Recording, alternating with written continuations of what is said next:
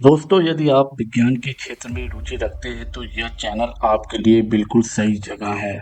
यदि आप खतरों से खेलना और खतरनाक जीवों के बारे में रुचि रखते हैं तो यह वीडियो आपके लिए है। दोस्तों, यूं तो भारत में दो प्रकार के सांप पाए जाते हैं। एक सांप जिनमें न्यूरोटॉक्सिक जैसे जहर पाए जाते हैं, जिनमें करैत और कोबरा आते हैं। तो दूसरी तरफ हेमोटॉक्सिक से लैस सांप जिनमें रसेल वाइपर और स्केल्ड वाइपर आते हैं। दोस्तों, यदि आप खतरनाक सांपों के बारे में जानना चाहते हैं तो हम आपको विश्व के सभी प्रकार के खतरनाक सांपों के बारे में विस्तृत जानकारी देंगे। दोस्तों, आज हम एशिया और भारत में पाए जाने वाले बिग फोर के एक ऐसे मेंबर से मुलाकात करवाने जा रहे हैं जिसे कोई भी कभी भी नहीं चाहेगा कि इस खतरनाक सांप से उसका कभी मुलाकात हो। हाँ दोस्तों, आज हम भारत में पाए जाने वाले सबसे जहरीले खतरनाक सांप, जिसे साइलेंट किलर के नाम से जाना जाता है, करैत के एक स्पेसीज इंडियन कॉमन करैत से रूबरू कराने जा रहे हैं।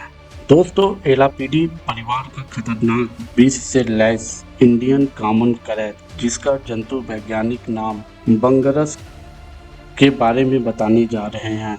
यूं तो यह सब भारतीय उपमहाद्वीप के मूल निवासी हैं और भारत के सभी स्थानों के साथ साथ एशिया के पाकिस्तान, बांग्लादेश में पाया जाता है और अत्यधिक सर्पदंश के मामले आते हैं। यह कॉमन करैत सिंध से लेकर पश्चिम बंगाल, पूरे दक्षिण भारत सहित श्रीलंका देश में लगभग 1600 मीटर यानी 5200 फीट तक की ऊंचाई तक पाए जाते हैं। इस खतरनाक सांप को अफगानिस्तान, ईरान, नेपाल में भी दर्ज किया गया है। दोस्तों, यह करैत अपनी आकर्षक चमकदार धारियों से पहचाने जा सकते हैं। एंटीवेनम विकसित होने से पहले काटने के बाद मृत्यु की संभावना 85% तक थी। अब भी करैत के काटने से कई लोगों की मौत हो जाती है। इसका मुख्य कारण यह है कि वे समय पर डॉक्टर के पास नहीं पहुंच पाते हैं। ग्रामीण क्षेत्रों में डॉक्टर बहुत दूर हैं।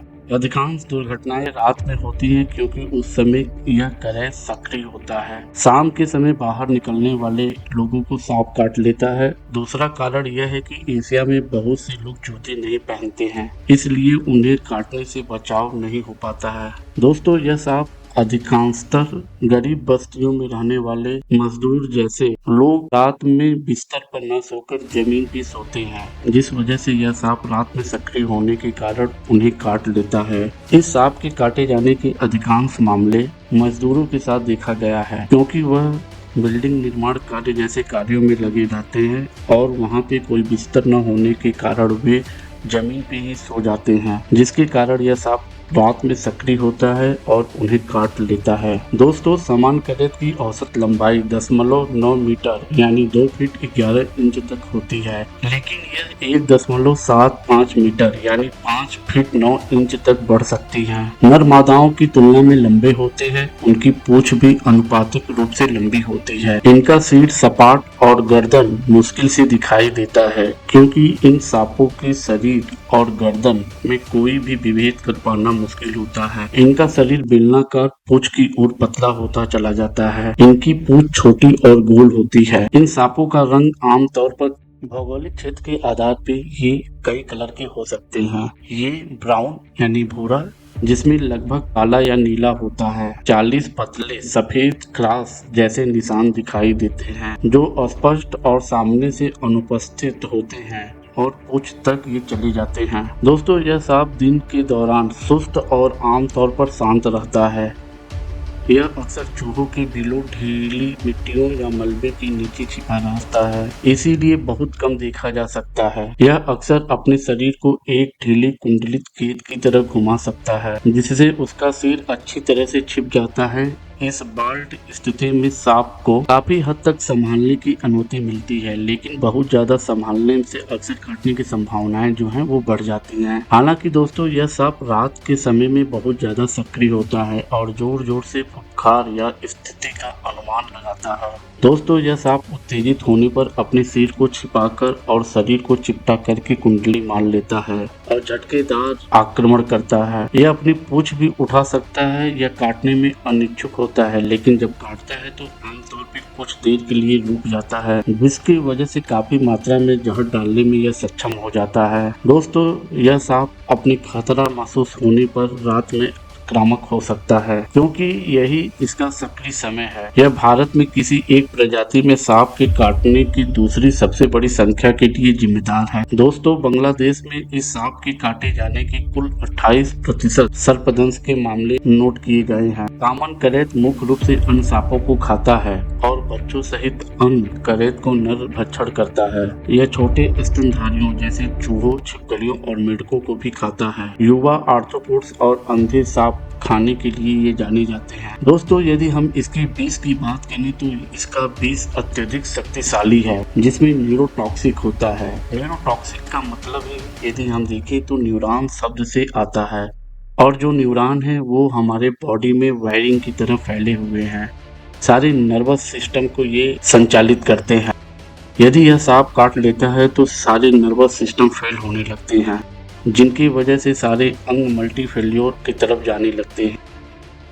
मुख्य रूप से इस सांप के काटे जाने से लकवा और रेस्पिरेटरी सिस्टम फेल होने की वजह से मौत हो जाता है। दोस्तों, यदि इसके जहर की बात हम करें तो इसके जहर में प्री सिनेप्टिक और पोस्ट सिनेप्टिक न्यूरोटॉक्सिक होता है, जो आमतौर पर सिनेप्टिक फांग को प्रभावित करता है। दोस्तों, कॉमन करैत रात्रिचर होते हैं, इसीलिए दिन के उजाले के दौरान इनका सामना शायद ही कभी किसी मनुष्य से होता होगा। घटनाएं मुख्यतः रात में घटित होती हैं।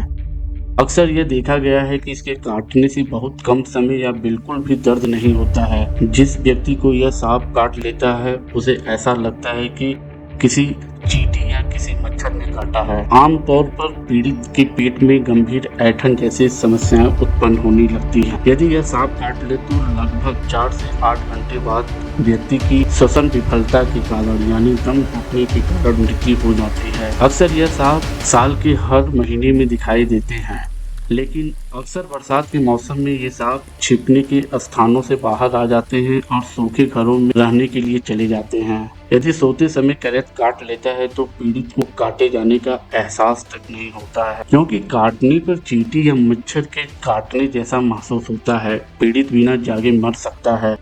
करैत का काटना न्यूनतम मात्रा में स्थानीय जलन या सूजन उत्पन्न करने के लिए महत्वपूर्ण होता है। काटने के कुछ लक्षणों में काटने के 1-2 घंटे के भीतर चेहरे की मांसपेशियों में अकड़न और काटने वाले पीड़ित की देखने या बात करने में असमर्थता शामिल है। और यदि इलाज नहीं किया गया तो रोगी 4 से 5 घंटे के भीतर रेस्पिरेटरी श्वसन पक्षाघात से मर सकता है। दोस्तों, बांग्लादेश में इस सांप के काटने के कुल 50% से अधिक मामले कॉमन करैत के कारण ही होता है। दोस्तों, यह इंडियन कोबरा यानी भारतीय कोबरा से ज्यादा खतरनाक होता है। आप इसके शरीर की बनावट जो भारतीय कोबरा के शरीर की बनावट से कम छोटा होता है, लेकिन इसके जहर का प्रभाव भारतीय कोबरे से ज्यादा खतरनाक होता है। कोबरा की तुलना में करैत का विष लगभग 4 गुना ज्यादा होता है, इसलिए इस सांप को छोटा समझकर छेड़ने की कोशिश ना करें। दोस्तों, यदि आप चैनल पर नए हैं तो चैनल को सब्सक्राइब कर लें, लाइक करें, शेयर करें और कमेंट्स करें। दोस्तों, हम फिर मिलते हैं एक खतरनाक सांप के साथ। तब तक के लिए जय हिंद।